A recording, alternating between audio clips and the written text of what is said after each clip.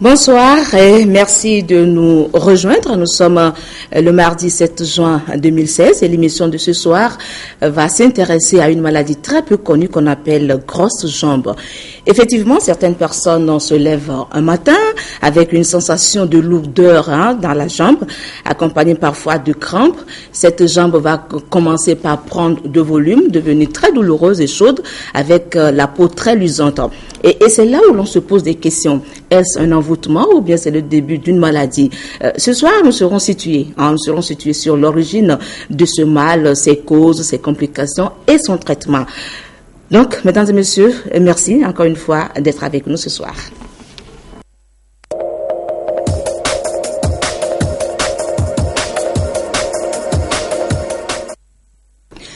Pour nous accompagner, le professeur Jean-Marie Damorou est avec nous sur ce plateau. Il est cardiologue et chef de service de cardiologie au CHU Campus à Lomé.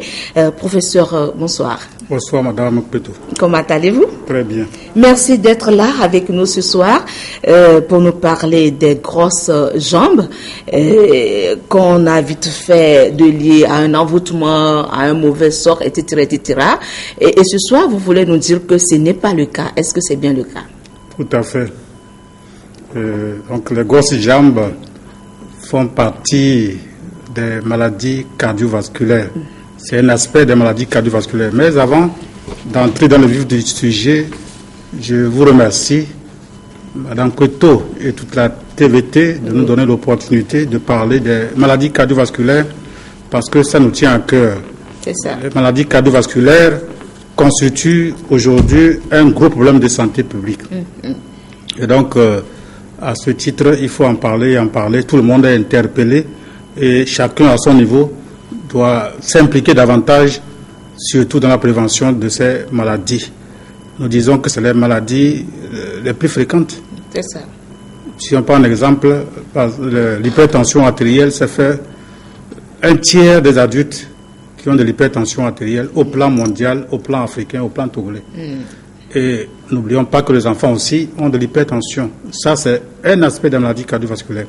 De deux, c'est les maladies les plus meurtrières. Elles tuent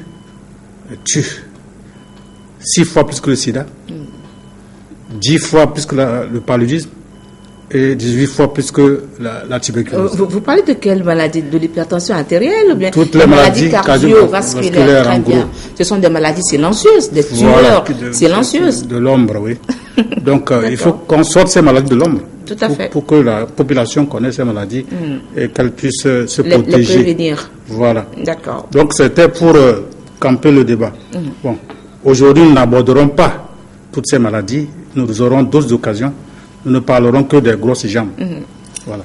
Voilà, justement, parlant des grosses jambes, je le disais tout à l'heure, professeur Damorou, donc on pense que c'est un mauvais sort, on se lève un beau matin et puis on commence par avoir mal à la jambe, et cette jambe-là qui commence par grossir, qui prend du volume et devient parfois douloureuse avec des crampes, des fourmillements, des picotements et tout. Alors on se demande qu'est-ce qui se passe? Est-ce que c'est la vieille sorcière du village qui en est la cause? Alors les gens n'ont pas tout de suite l'idée que c'est une maladie et donc ils vont se diriger vers les tradipraticiens avec des décoctions d'herbes et de plantes, etc. Alors ce soir, vous nous dites que c'est vraiment une maladie qui se soigne à l'hôpital. Alors, d'emblée de jeu, qu'est-ce que c'est que la grosse jambe? Bien, la grosse jambe, pour définir, c'est une augmentation anormale du volume de la jambe ou bien du périmètre par rapport à une valeur initiale qu'on connaissait et qui rentre dans le cadre d'une maladie. C'est ça. Ceci étant, il y a plusieurs causes. Nous allons essayer de faire la liste de ces causes, mais camper le débat sur ce qui nous intéresse aujourd'hui. Il y a les causes locales, par exemple liées à un traumatisme. Quand il y a un traumatisme, il y a une grosse jambe qui peut s'installer. Les infections, les tumeurs telles que le cancer, qui peuvent entraîner de grosses jambes. C'est ça. Sans compter que certaines maladies du rein peuvent aboutir à des grosses jambes, les maladies du foie également, les maladies générales telles que la malnutrition, l'anémie peuvent s'accompagner de grosses jambes. Mais ce n'est pas ça qui nous intéresse. Ce qui nous intéresse, c'est les causes liées au cœur et aux tuyaux, en l'occurrence les veines. D'accord. Voilà, les grosses jambes liées aux maladies du cœur et de ces tuyaux. C'est ça qui nous intéresse et nous allons en parler largement sur ce plateau. Justement, parlons-en, puisque la deuxième question qui va suivre, c'est justement de vous demander quelle est l'origine de cette maladie, et autrement dit, quelles sont les causes de la maladie. Vous venez d'énumérer certaines, quelques-unes de ces causes-là, mais comme vous le dites si bien, ces causes-là ne nous intéressent pas tellement ce soir, mais c'est les causes liées aux problèmes cardiaques. C'est bien cela. Tout à fait. Alors, problème de veine, problème de vaisseau, problème lymphatique, problème ci, problème ça, on aimerait bien savoir. Oui. Donc, nous disons que les grosses jambes peuvent être liées aux maladies du cœur, telles que l'insuffisance cardiaque. Voilà. Vous savez, l'insuffisance cardiaque, c'est l'étape ultime de toute maladie cardiaque. C'est ça. Le cœur devient faible. Ouais. Le cœur jouant le rôle de pompe qui pousse le sang dans les artères, pompe qui aspire le sang pour le remettre dans le circuit. Lorsque cette pompe est abîmée, le sang va se déposer au niveau des jambes et des pieds. Donc c'est des grosses jambes qui sont habituellement des deux côtés. On appelle ça des grosses jambes bilatérales. Donc c'est lié au défaut de circulation par défaillance de la pompe cardiaque. Ça c'est l'une des causes les plus fréquentes. Deuxième cause, c'est au niveau des veines. Nous avions dit que c'est le cœur et les veines. Au niveau des veines, il peut également avoir un problème de circulation des veines. Et là, il y a deux possibilités. Première possibilité, c'est l'insuffisance des veines, de fonctionnement des veines. C'est-à-dire que les veines sont là pour ramener le sang qui a été utilisé vers le cœur. Si ces veines n'arrivent plus à jouer correctement leur rôle, parce que la paroi des veines est devenue flasque, n'a plus sa force, on parle d'insuffisance veineuse. Et ça va entraîner des grosses jambes de façon bilatérale. Et la deuxième cause par rapport aux veines, c'est les phlébites. Qu'est-ce que c'est? Ou encore, bon, c'est dans le jargon médical, vous savez, nous aimons les gros mots. Mais c'est tout simple. Quand il y a un caillot dans une veine, ça va entraîner l'inflammation de la veine, ce qu'on appelle la phlébite. Phlébos, c'est la veine. Donc, l'inflammation de la veine, c'est la phlébite, liée à un caillot qui s'est formé dans cette jambe-là. On appelle ça encore la maladie thromboembolique. La thrombose, c'est le caillot. Embolique, on verra, c'est les caillots, quand les caillots quittent l'endroit pour aller ailleurs, on parle d'embolie.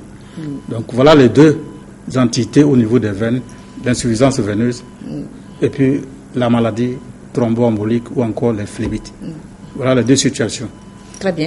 Alors, ce soir, nous comprenons bien que les grosses jambes, c'est une maladie. Alors, comme toute autre maladie, il y a des symptômes, il y a des signes. Alors, quels sont les signes? Je le disais tout à l'heure dans mon intro que la jambe, il aura une certaine lourdeur. La personne qui ressent ou bien qui souffre de la grosse jambe va ressentir une certaine lourdeur au niveau justement de cette jambe-là. Et cette jambe-là va commencer par grossir et va devenir parfois douloureuse. Et la peau va être très luisante. Je crois que ce sont là quelques signes de la grosse jambe. Alors, est-ce qu'il y en a d'autres? Bien sûr. Donc, disons qu'il y a en gros 3 circonstances qui permettent de retrouver ces grosses jambes-là. La première circonstance, c'est celle dont vous venez de parler, devant les symptômes. Vous avez parlé de la brûlure, vous avez parlé des picotements, vous avez parlé des fourmillements, même l'impotence, c'est-à-dire le malade n'arrive plus à utiliser son membre, ça fait partie des symptômes. Voilà. Et puis la lourdeur. Les jambes lourdes. Donc ça fait partie des symptômes qui vont amener le malade. Mais parfois, malheureusement, le malade arrive un peu tard, au stade de complication. et le malade viendra avec l'essoufflement. Parce qu'un caillot a quitté la veine et est parti dans les poumons.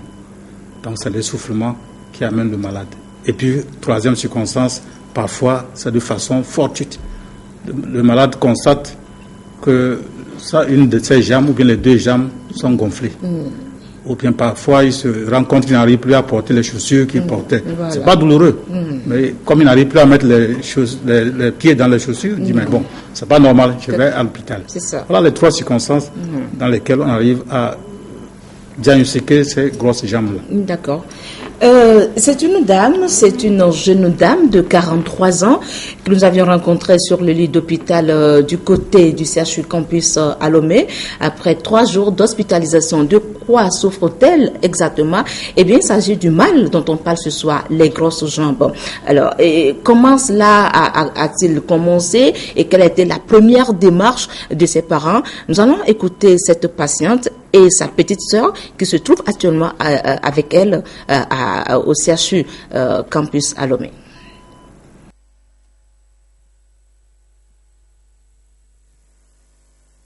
Afonya, afokpekpenya, etri, ewa, etekwa, enakaka nyemte zonto chakengbe vafiyo, dodolele vava na, nyemte le zonto cho,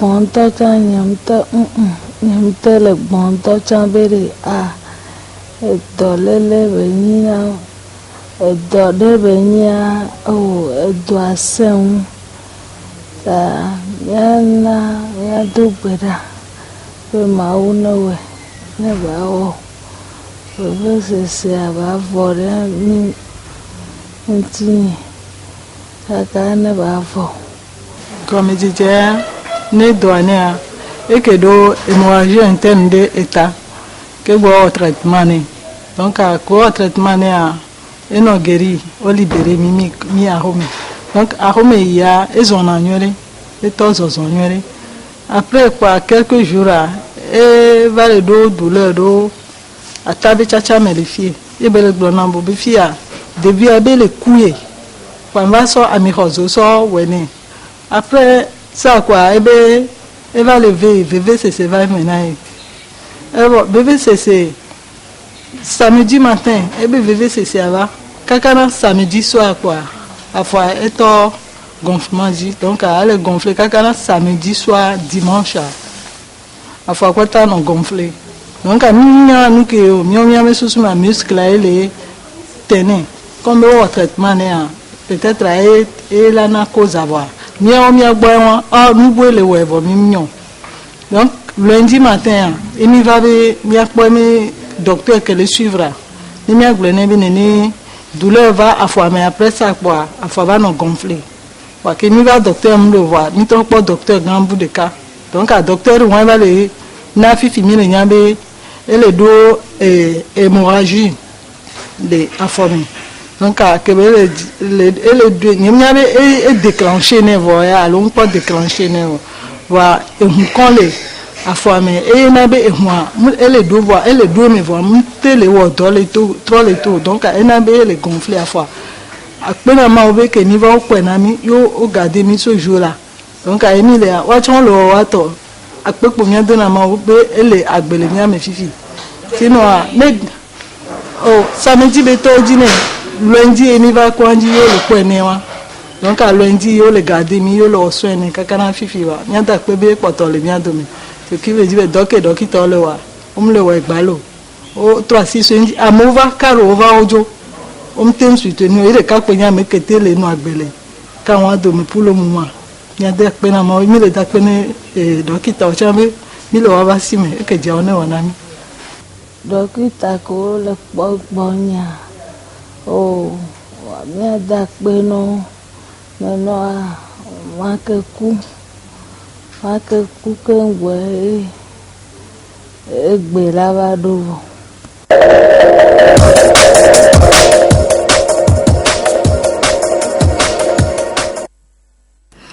Voilà, professeur, nous souhaitons beaucoup de courage et une bonne guérison à notre patiente que nous venons d'écouter. Professeur, premier constat, la patiente avait souffert d'une hémorragie cérébrale, selon ce qu'a dit sa petite sœur, et c'est après ce traitement que le mal de la grosse jambe a surgi. Alors, est-ce qu'on peut établir un lien entre cette hémorragie cérébrale et l'hémorragie qui se situe au niveau de sa jambe? Merci pour la question. L'hémorragie cérébrale dont elle parle, c'est dans le cadre d'un accident vasculaire cérébral. Justement. Donc, qui a obligé à hospitaliser cette dame dans le service de neurologie. Donc, l'hospitalisation, obligatoirement, entraîne l'alitement. Le fait d'être alité, c'est l'une des circonstances qui génère... Ce n'est pas l'hémorragie au niveau de la jambe. C'est plutôt un caillot qui s'est formé, comme je le disais tantôt, dans la veine au niveau de la jambe. On appelle ça phlébite. Ce n'est pas l'hémorragie, mais c'est un caillot qui s'est formé dedans. Et c'est ça qui a bloqué la circulation et qui explique pourquoi la jambe est grosse comme ça. Voilà, donc c'est deux choses différentes, mais avec un trait d'union, c'est l'alitement. Cela sous-entend que quand on ne bouge pas, on a une malchance d'avoir des caillots dans les jambes. On y reviendra. Voilà. Justement, on va en parler, la sédentarité. Quand on ne bouge pas, je crois que c'est l'un des facteurs favorisant la maladie. Alors, quels sont les facteurs qui favorisent la grosse jambe? Oui, il y a plusieurs facteurs. On va les citer. Puisqu'on a dit qu'il y a deux entités pour les grosses jambes. Il y a les causes cardiaques, l'insuffisance cardiaque, qui a ces facteurs, et puis les causes veineuses, comme le cas de cette dame. De cette patiente. Donc, pour ce qui est des causes veineuses, il y a la sédentarité, il y a l'obésité, mais il y a aussi les facteurs héréditaires qui viennent en jeu. Et tous ces facteurs ensemble vont générer, ou bien vont provoquer la formation des caillots dans la jambe. Voilà. Pour elle, c'est surtout l'alitement. Et puis, peut-être des facteurs génétiques. On n'a pas encore fait tout le bilan. On doit aller plus loin pour voir si elle n'a pas certains déficits constitutionnels qui favorisent la formation des caillots, qu'on appelle des déficits, des facteurs génétiques qui sont à la base de la genèse des caillots dans les jambes. Voilà pour ce qui est des causes veineuses. Pour ce qui est des causes cardiaques, vous savez, toutes les maladies cardiovasculaires peuvent aboutir un jour à une insuffisance cardiaque.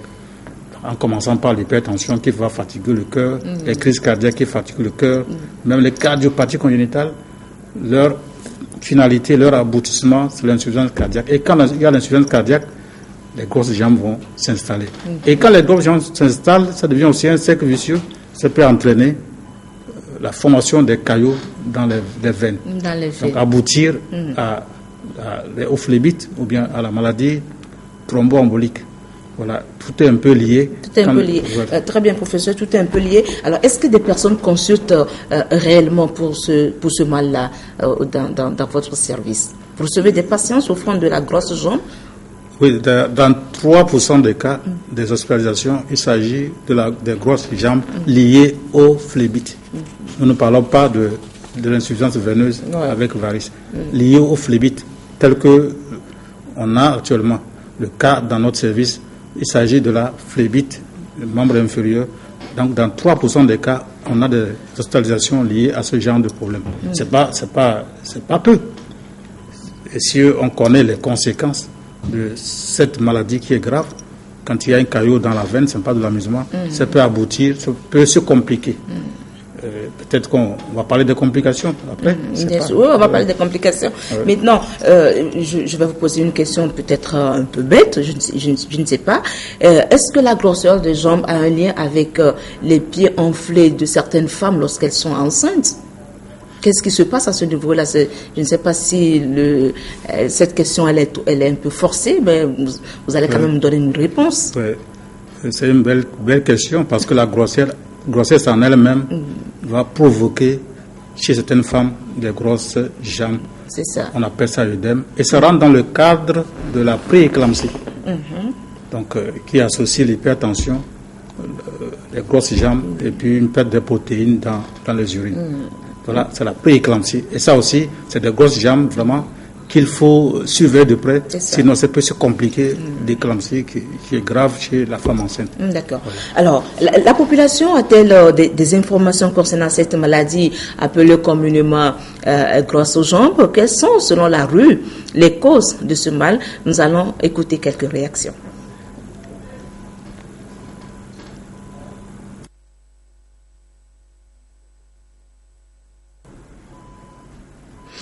Alors, je disais que nous allons écouter la réaction de la rue, qui c'est des personnes qui se sont prononcées un peu sur ce mal.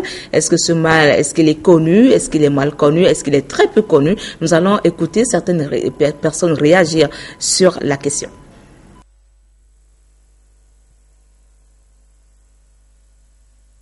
La maladie de grosses jambes là, au départ, nous tous, on croyait que c'est de l'envoûtement, alors que ce n'était pas ça. C'est quelques infections de piqûres de mouches, et c'est à cause de ça. Sinon, nous tous au village, on a crié n'importe où, c'est une maladie d'envoûtement, alors que ce n'est pas ça. Maintenant, avec l'évolution, nous avons vu maintenant que ce n'était pas ce que nous avions pensé au départ. C'est une maladie comme les autres maladies qui se traitent à l'hôpital. Et non avec nos frères de Grigri et ceux qu'on sort là, non. C'est une maladie qu'on traite aussi comme d'autres maladies. La maladie qui s'appelle grosse jambe, de grosse jambe, selon moi, ce que je sais de cette maladie, bon, il semblerait que cette maladie est provoquée d'une mouche qui pique la personne et ça cause cette maladie. Bon, j'ai eu un petit frère qui est décédé à base de cette maladie. Bon, depuis le village, on nous avait dit que bon, c'est l'envoûtement, mais après tout, nous sommes venus à Lomé ici, on a détecté que ça c'est quelque chose d'infection. Bon, par rapport à la maladie de grosse jambe, je pense que c'est une maladie qui se manifeste par une tuméfaction de la jambe va devenir grosse et puis elle peut prendre plusieurs aspects, elle peut être rouge, elle peut être chaude, ça dépend de la cause. Bon, parlant de la cause, selon moi, il peut y avoir une infection, soit parasitaire ou bien bactérienne, qui peut entraîner cette maladie. À part les infections, il peut y avoir des atteintes cardiovasculaires, une défaillance cardiaque ou bien un problème au niveau vasculaire et principalement un problème au niveau du drainage veineux ou bien du drainage lymphatique. Par rapport au drainage lymphatique, on peut avoir les vaisseaux lymphatiques qui peuvent être bouchés, ce qui va entraîner un dépôt de la lymphe. Quand on parle de grosses jambes, c'est une maladie qui est causée par un ver. Parfois, d'autres pensent que c'est une maladie qui est par un sort, qu'on a jeté un sort à quelqu'un et il a ça, alors que ce n'est pas ça. La médecine moderne peut le traiter. Maintenant, il y a des moyens pour le traiter facilement à l'hôpital. Donc, si quelqu'un a ces problèmes, qui se dirige vers l'hôpital pour être détecté, on va le examiner pour voir exactement la cause pour pouvoir le traiter. La grosse jambe, c'est l'éléphantiasis. C'est causé par un insecte qui pique, qui va dans le sang. Et c'est le retour de la circulation lymphatique qui fait que la jambe, quand le sang ne remonte plus, ça fait que la jambe s'enfle. Il y en a plusieurs formes. Et il y en a qui trouvent même ça que c'est très intéressant, ils sont très contents de voir ça, mais c'est une maladie quand même. Non, c'est pas de guéguerre, ça se traite médicalement. Disons, c'est comme si c'est les vers de Guinée ou bien onchocercose, c'est les mêmes insectes qui font des choses, donc ça se traite.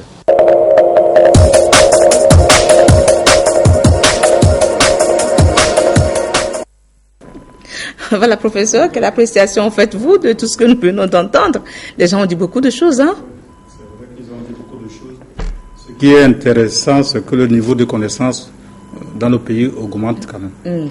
À les entendre, on sent que la sensibilisation fait son chemin. Ouais. Parce que aucun d'entre eux n'a dit que c'est un mauvais sort. C'est ça qui est très important. Tout à fait. Donc, une grosse jambe, ce n'est pas un mauvais sort jeté à quelqu'un. C'est une maladie comme les autres. Donc, et ça se traite. Voilà. Et en les écoutant, on a l'impression qu'il y a une confusion. Confusion de la maladie de la grosse jambe avec celle de l'éléphantiasis. Alors, qu'est-ce qu'il en est exactement? Il faut nous éclaircir ce soir sur cette confusion-là. C'est vrai que nous n'avons pas abordé ce sujet. Nous parlions du cœur et des veines, mais les lymphatiques, comme il a dit, peuvent être à l'origine également des grosses jambes parce que les filaires, il y a des filaires qui bougent les vaisseaux lymphatiques et ça donne l'éléphantiasis. Bon, ce qu'il a. On peut ajouter ça aux grosses jambes d'origine cardiovasculaire. Mais nous avons circonscrit notre débat par rapport au cœur et aux veines, et c'est les causes les plus fréquentes. Les plus fréquentes, d'accord. Donc on doit comprendre ce soir que cette maladie n'a rien à voir avec une mouche qui vous a piqué, un insecte qui vous a piqué, ou bien les vers, etc. etc. Comprenons ce soir que cette maladie est due à une mauvaise circulation sanguine, ou bien à la formation d'un caillot qui se dépose au niveau de la jambe et qui favorise cette grosseur, tout simplement. Alors, et professeur, il semblerait que les femmes sont les plus touchées, les plus affectées. Est-ce que c'est vrai? Si oui, quelle explication médicale vous donnez à cela? Vous savez, la particularité des femmes, c'est les grossesses. Les grossesses en elles-mêmes favorisent les grosses jambes. Et puis, l'insuffisance veineuse. À force d'accoucher, ça peut aboutir à l'insuffisance veineuse. D'accord. Parce que la grossesse va comprimer les veines. Et c'est ça qui va entraîner chez certaines femmes des hémorroïdes, qui sont des dilatations des veines, et puis l'insuffisance veineuse. C'est ça. C'est ce qui fait qu'on constate le plus souvent des grosses jambes chez les femmes. Alors, comment va évoluer cette maladie de grosses jambes? Quelles sont ses complications? Nous allons écouter Dr Silver Languédé qui nous cite ici quelques-unes de ces complications.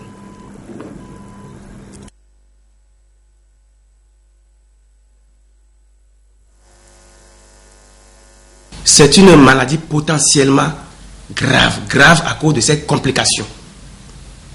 Complications pourquoi? Parce que ce caillot peut continuer par se développer et boucher totalement la veine ou bien partiellement. Quand ça continue de progresser, ça va boucher alors la veine en continuant son trajet, qu'on appelle une extension. C'est une des complications. L'extension alors de ce caillot, de la thrombose.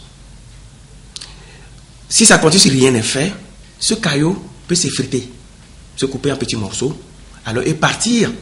Le caillot peut partir en suivant le torrent circulatoire. On sait que le sang quitte des veines en remontant vers le cœur et aller vers les poumons. Donc ça suit le trajet.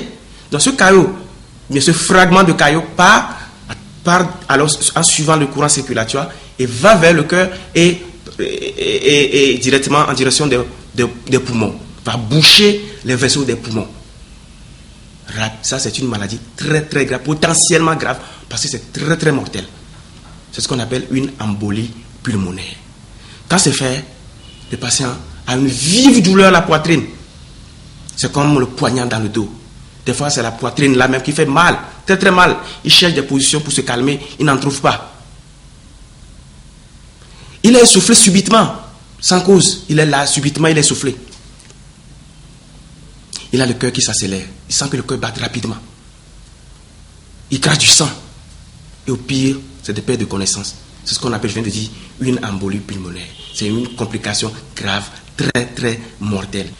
Après l'embolie pulmonaire, le caillot, ou bien le gros caillot qui s'est formé dans la veine, et qui peut ne pas donner des signes. On peut faire une embolie pulmonaire sans avoir des véritables signes. C'est parce que c'est des petits fragments qui partent, qui vont boucher ailleurs, les poumons toujours, mais dans un réel signe. Là, c'est après de longues années que vous allez développer ce qu'on appelle des détresses respiratoires, des difficultés à respirer. Et c'est ce qu'on appelle, dans notre jargon, une hypertension artérielle pulmonaire. Là, c'est des petits fragments qui partent, qui vont aller boucher toujours les vaisseaux. Mais c'est après de longues années qu'on peut avoir cette complication. Ce caillot formé dans la veine détruit localement là où il s'est formé. Les valvules, qui sont des structures dans la veine empêchant le sang, quand le sang part vers le cœur, de revenir encore vers le bas. Cette valvule est détruite par le thrombus. Et qu'est-ce qui se passe? On a ce qu'on appelle une insuffisance veineuse. Quand le sang part vers le haut, ça revient encore vers le bas. Le sang part, le sang revient. Et comme c'est déjà des lésions installées, les œdèmes ou bien le membre commence par grossir. Quand le patient marche, il a mal. Il a une lourdeur. Il a des fourmillements. Le soir, le pied gonfle toujours. Et que ça traîne, l'augmentation persiste indéfiniment. Comme ça. Et sur ça, comme il y a une pression élevée dans la veine à cause de cette obstruction liée au caillot, le sang cherche des moyens pour partir, pour s'évader. Donc il y a des veines secondaires qui se forment, qu'on appelle des varices, que vous allez voir sur la peau de certains, qu'on appelle des varices. Donc ces varices aussi, comme ils sont à fleur de peau, peuvent avoir des traumatismes. Ils se rompent aussi et créent des hématomes, donc complication sur complication.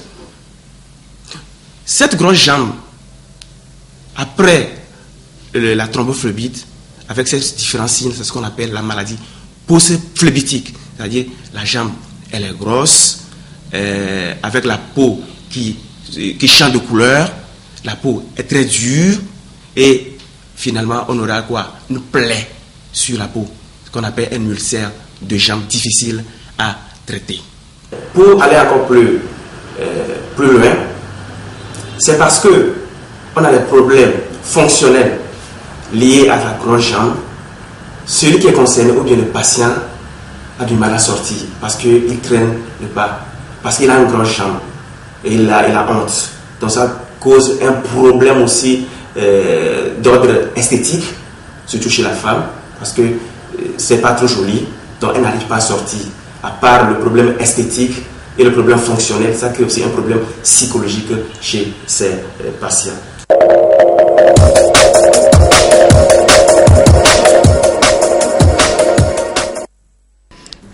Professeur, votre réaction? Oui, tout à fait. La malade avait parlé d'une situation que des gens sont venus mourir.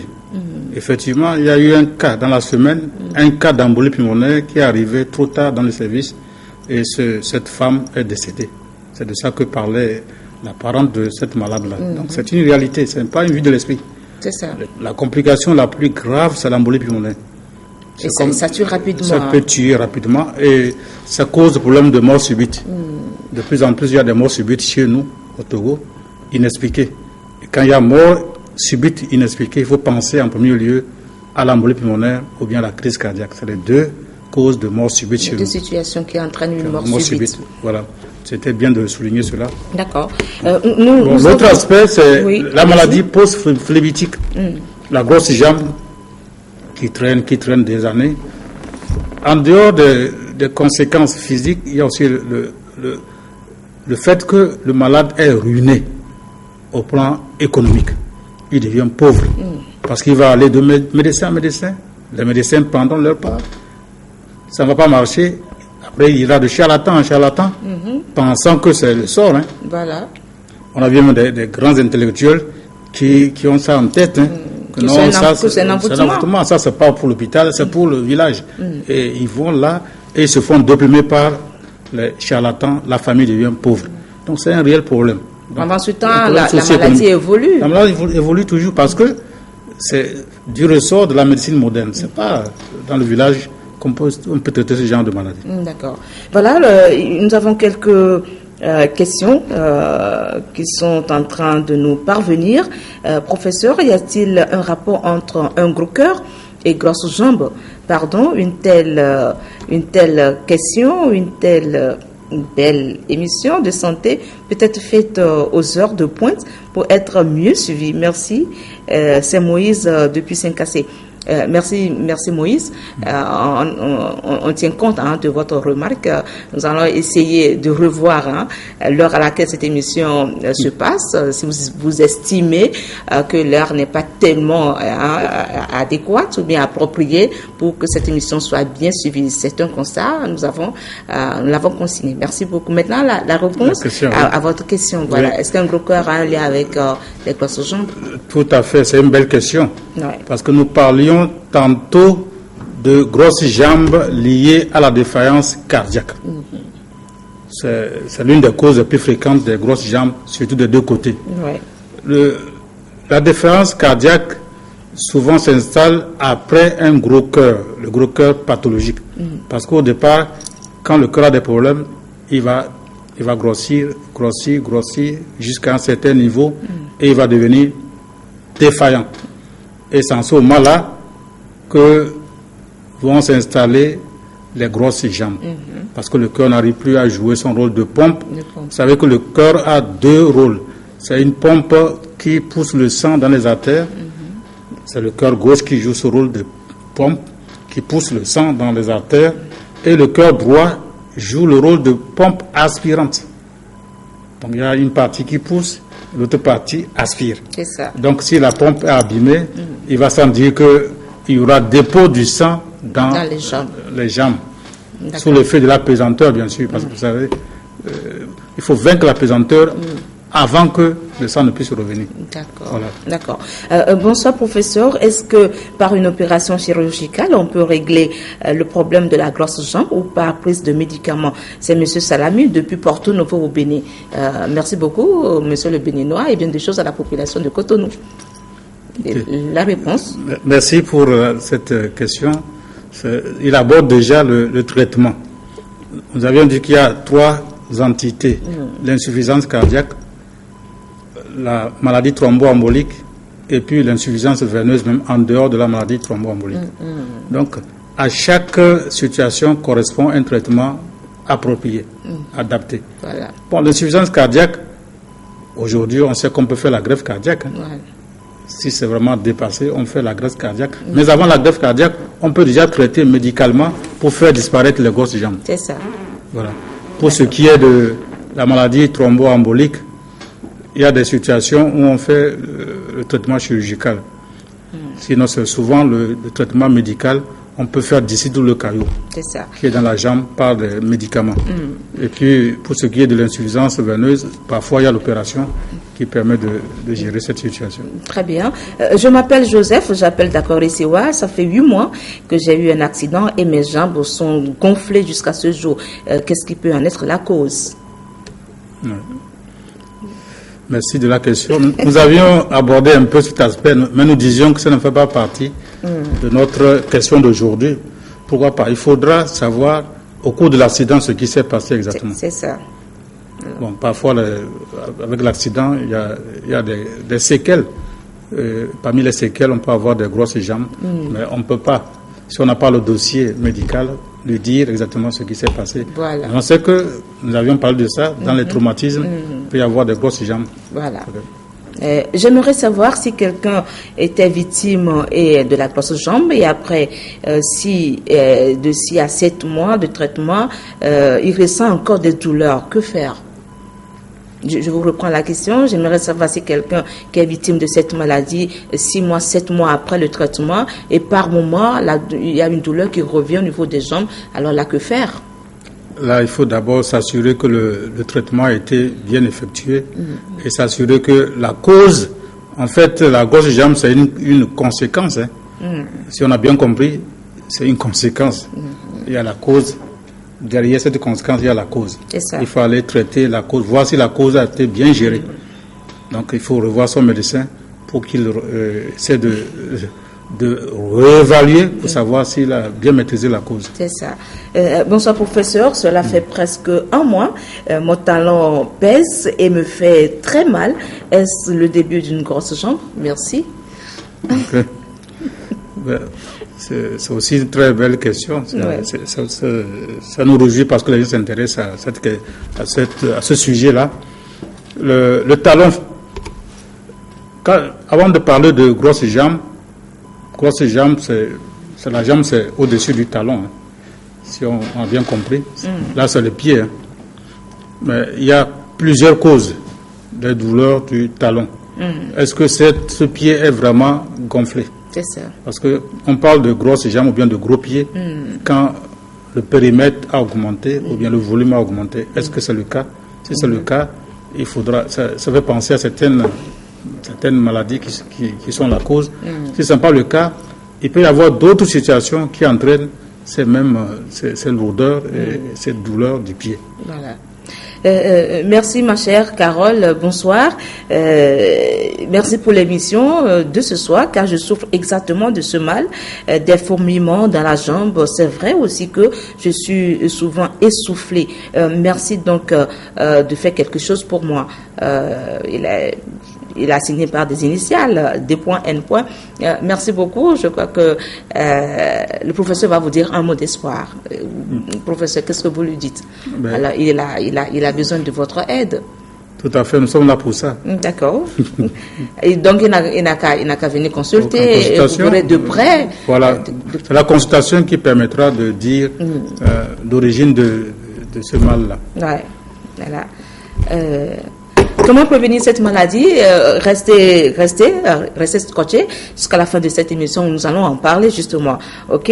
Alors une dernière question avant de poursuivre cette émission. Est-ce que la prise prolongée d'un produit ne peut pas entraîner la grosse jambe?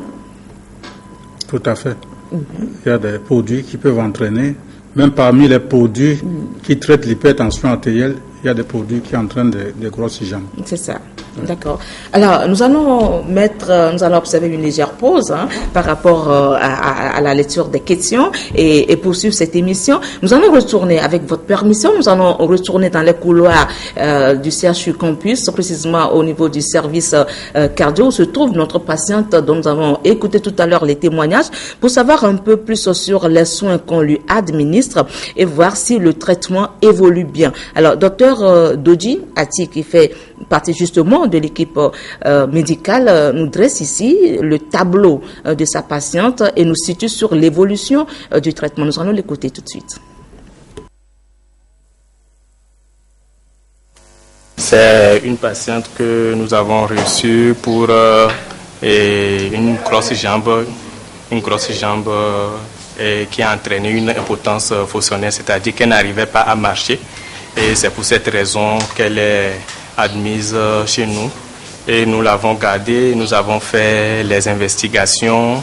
Et suite aux investigations, il est noté que c'est une thrombose veineuse profonde.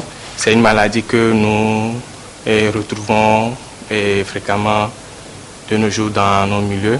Donc nous avons mis le traitement qui a pour but au fait de pouvoir fluidifier le sang et de pouvoir casser le caillot qui obstrue au fait. Et c'est ce qui va la permettre de pouvoir diminuer la grosseur de sa jambe qui va diminuer. Pour l'instant, ça va mieux. Il y a une diminution par rapport à l'admission. Il y a beaucoup de diminution par rapport à la diminution de la circonférence de la jambe. Et nous comptons réévaluer le traitement et pouvoir permettre à ce qu'elle puisse regagner la maison.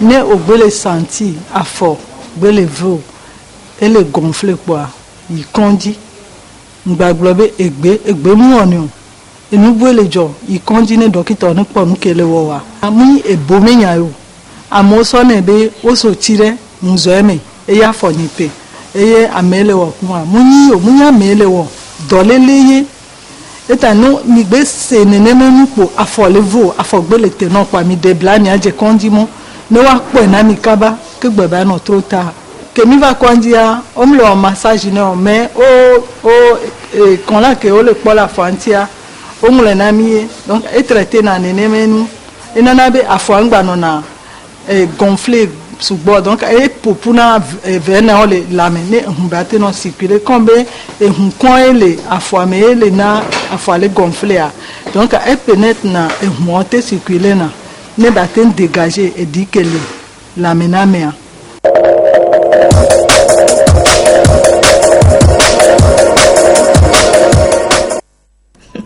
Voilà, apparemment, à force de rester toujours à côté au chevet de sa sœur, elle a été bien informée sur le mal dont elle souffre. Alors, c'est vrai, professeur, que nous n'avons pas vu la patiente le premier jour de son hospitalisation pour apprécier, voir de près la grosseur de la jambe quand elle est arrivée. Mais à voir cette jambe aujourd'hui, on a comme l'impression que le traitement réussit bien.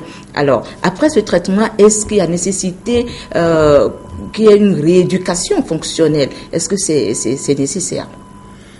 Après ce traitement, évidemment, il faudra que la patiente reprenne ses activités. Donc, ce qui a créé ce caillot, c'est l'inactivité physique. Comme elle avait été gardée en neurologie pendant longtemps, donc le sang a eu le temps de s'accumuler quelque part dans la jambe. C'est ça qui a entraîné le caillot. Ça veut dire que quand il y a inactivité, il y a risque de formation de caillots. Ce qui fait que quand le malade est même hospitalisé, on fait la kinésithérapie préventive pour éviter ce genre de situation. C'est ça. Donc, alors, c'est vrai que nous avons écouté le docteur Ati qui nous parlait un peu du traitement les soins qu'on lui apporte. Alors, de façon générale, comment se fait la prise en charge des grosses jambes? Quelqu'un a posé la question tout à l'heure sur le traitement. Le traitement est fonction de la cause de la grosse jambe. La grosse jambe, je le disais tantôt, c'est une conséquence. Il y a la cause même qui peut être cardiaque, l'insuffisance cardiaque. Si c'est l'insuffisance cardiaque, cette grosse jambe on va traiter l'insuffisance cardiaque. Et il y a deux volets. Il y a les mesures d'hygiène, d'une part, et puis les médicaments et parfois la chirurgie. Les mesures d'hygiène, on va conseiller par exemple aux malades de ne pas manger trop de sel. C'est une mesure d'hygiène. Voilà. Et puis, on va le conseiller au stade aigu, le repos, pour que son insuffisance cardiaque puisse être gérée. Et puis, on donne des médicaments qui vont traiter l'insuffisance cardiaque. C'est ça ce qu'on fait habituellement pour l'insuffisance cardiaque chez nous. De deux, si c'est le cas de cette dame, c'est la maladie thromboembolique. Il y a le caillot dans la veine. Qu'est-ce qu'il faut faire? Il y a deux choses. Il y a les mesures d'hygiène.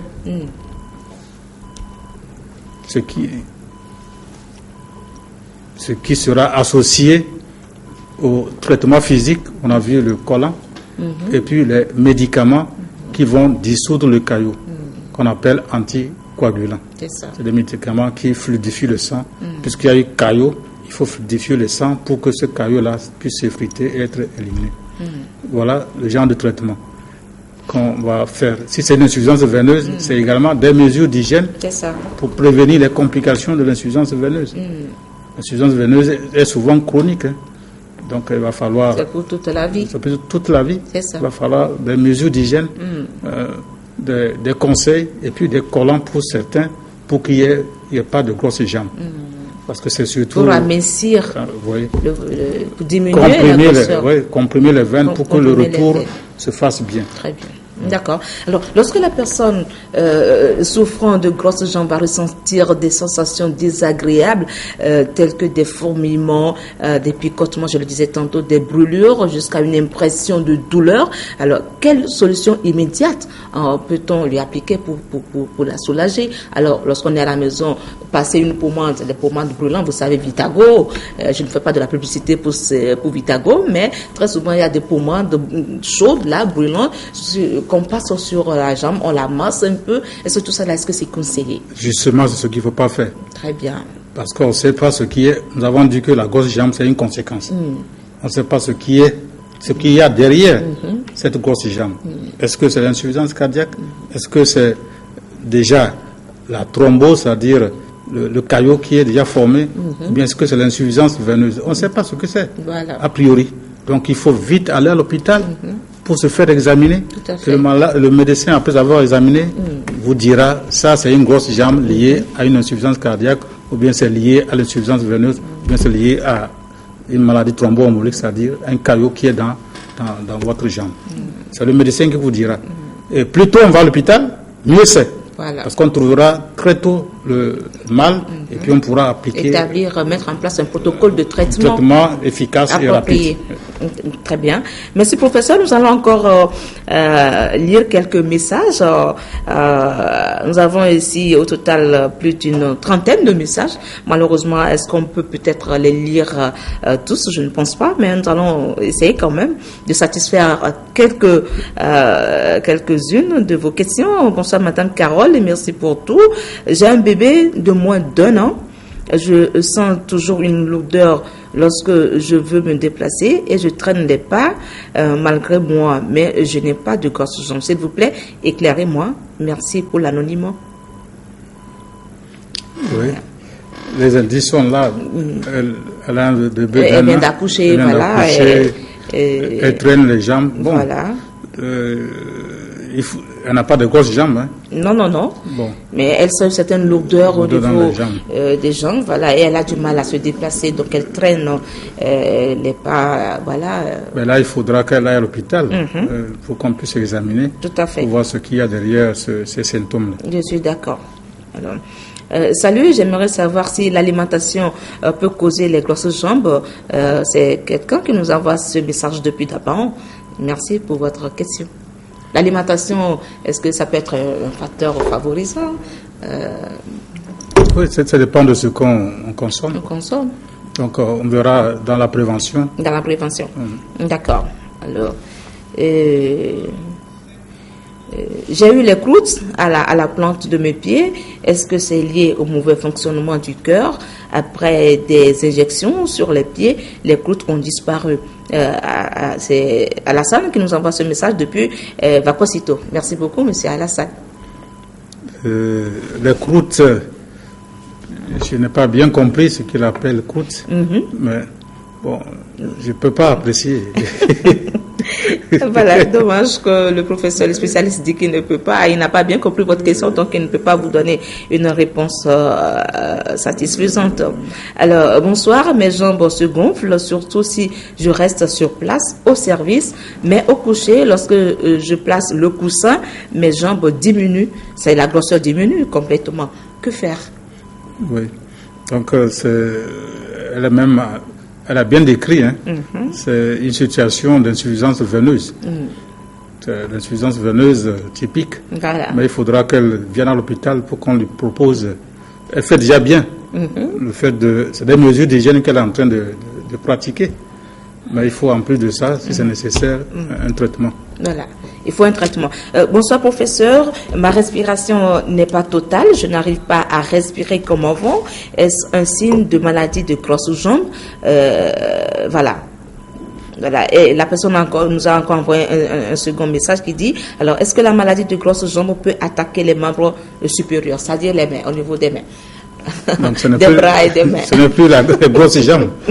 Ben, j'ai bien compris. Ouais. Elle veut parler des phlébites. C'est ça. Oui, il y a des phlébites des membres supérieurs, mais c'est plus rare. Pourquoi ce membre inférieur? C'est l'effet de la pesanteur. Vous savez que sous l'effet de la pesanteur, le sang va avoir tendance à plus se déposer dans les membres inférieurs. Bon. Au niveau des membres supérieurs, c'est souvent lié aux médecins. Par exemple, quand on fait des perfusions dans les veines, ça peut aboutir à ce genre de situation, si c'est mal fait. Donc, c'est le phlébite des membres supérieurs. C'est plus rare. D'accord. Des fois, si je m'énerve, ma jambe se gonfle. Si je m'énerve, ma jambe se gonfle. Je voudrais savoir pourquoi. Quelle explication vous donnez à cela, professeur? C'est ça qui nous a également été envoyé. Le lien entre la colère et la grosseur des jambes. Bon. C'est difficile à établir. Peut-être qu'il y a autre chose. Il n'y a pas que la colère. C'est sûr qu'il y a autre chose. Bonsoir professeur. Est-ce qu'une trop grande prise de bière journalière peut-elle créer les grosses jambes? Oui, à long terme. À long terme. À long terme. D'accord, merci professeur. Nous allons encore observer une légère pause pour continuer cette émission, pour aborder maintenant le volet prévention, parce que vous savez, prévenir vaut mieux que guérir, dit-on souvent. Alors, comment peut-on prévenir cette maladie? Nos investigations nous ont conduit vers les spécialistes de la pharmacognosie. La pharmacognosie, c'est-à-dire des spécialistes qui font l'étude des plantes médicinales, parce qu'il semblerait que certaines plantes facilitent la circulation du sang dans notre organisme. Alors, qu'est-ce que nous dit le spécialiste ce soir à propos de ces plantes? Nous allons l'écouter tout de suite dans cette interview. Bon, il y a plusieurs plantes qui sont utilisées dans le traitement de la fragilité capillaire. En fait, quand le sang ne circule pas bien, c'est la fragilité, c'est les symptômes liés à la fragilité capillaire. Et il y a plusieurs plantes qui contiennent des substances capables d'agir sur cette fragilité capillaire. Donc, comme plante, il y a la mamélis, le ginkgo biloba, la vigne rouge, il y a le marronnier d'Inde, mais toutes ces plantes ne sont pas faciles à trouver en Afrique. Il y a ce qu'on peut trouver facilement en Afrique, surtout au Togo, c'est les citrus, le fruit des citrus, c'est-à-dire les agrumes. Leur péricarpe est très riche en substances qu'on appelle les flavonoïdes qui agissent contre la fragilité capillaire. Et la plupart des médicaments qui sont vendus dans le traitement des pathologies liées à la fragilité capillaire sont synthétisés à partir du péricarpe des agrumes. C'est juste des extraits, des extractions, mais nous, sur le plan commun, nous, on peut juste faire des décoctions, tout simplement. En réalité, les médicaments qui sont utilisés pour ce genre de pathologie liée à la fragilité capillaire ne subissent pas une très grande transformation, en réalité. C'est juste, on ne transforme pas beaucoup. C'est juste, on fait un extrait concentré et on met ça en forme pour que les substances qui y sont soient bien stables, pouvoir agir. Donc, nous, dans nos milieux, on peut juste faire une décoction une décoction qu'on va boire et qui permettra une bonne circulation du sang. Si cette circulation est liée, si cette mauvaise circulation est liée à la fragilité des capillaires.